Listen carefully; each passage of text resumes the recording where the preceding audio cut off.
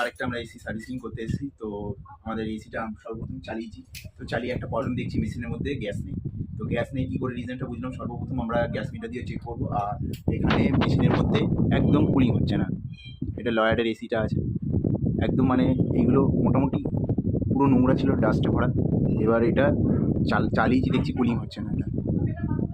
তো আমরা এখানে কাজে চলে এসেছি, এটা বাইরের ইউনিটে।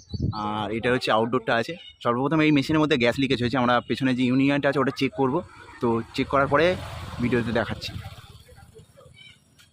আমরা লিক টেস্টিংয়ের কাজটা করছিলাম। তো আমরা শ্যাম্পু গ্যাজে দিয়ে লিকটা পেয়ে গেছি অলরেডি।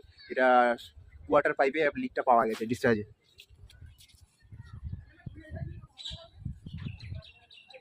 এইটাতে লিকটা আছে। তো আমাদের কাজটা শুরু করবো। এটাকে নতুন করে ফিলার করে লাগাতে হবে আর মেশিনটাকে পুরোটা ওয়াশ করতে হবে। দেখা যাচ্ছে। সর্বপ্রথম আমরা এসিটা শুকনো আছে এখন, এসিটাকে ব্রাশ দিয়ে পুরোটা ক্লিন করবো। ক্লিন করার পর পাশেই জেট পাম্প আছে, জেট পাম্প দিয়ে ভালো করে ওয়াশ করে নেবো। ওয়াশ করার পর উপরের কাজটা করবো। তো এখন ব্রাশ দিয়ে ক্লিন করে নিচ্ছি। পিসিবি বোর্ডটাকে খুলে নিয়েছি যাতে পিসিবির মধ্যে না জল যায়। তো আমাদের মোটামুটি কাজ কমপ্লিট হয়ে গেছে। জ্যাকেটটা আমরা লাগিয়ে নিয়েছি আর এর ভিতরে আমরা পুরো ভিজিয়ে দিয়েছি শ্যাম্পু দিয়ে, এটা একদম ক্লিন করে দিয়েছি। এটা 5 মিনিট থাকবে, 5 মিনিট পর এটা ওয়াশ করব। আর আমাদের মেশিন আছে এখানে, তো আমি এক হাতে করতে পারছি না।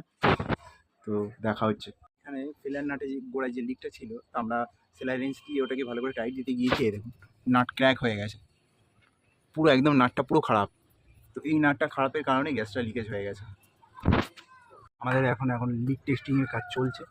তো আমরা এখানে নতুন নাট এবং ফিলার বানিয়ে দিয়েছি। তো আপাতত এইখানে গ্যাস লিকেজ হচ্ছে না। এটা হচ্ছে নতুন নাট আছে, নতুন করে ফিলার বানিয়ে দিয়েছি। আর পুরনো যে নাটটা আছে এইখানেই রেখে দিয়েছি, কাস্টমারের কথা। এইটা এখানেই আছে, কোম্পানির যে নাটটা এটা ফেটে গেছে। আর নতুন নাটটা এই যে গ্যাস টেস্টিং করছি, এখানে কোনো লিকেজ নেই। আর এবার এসিটাকে চালিয়ে দেবো, দিয়ে অন হয়ে যাবে।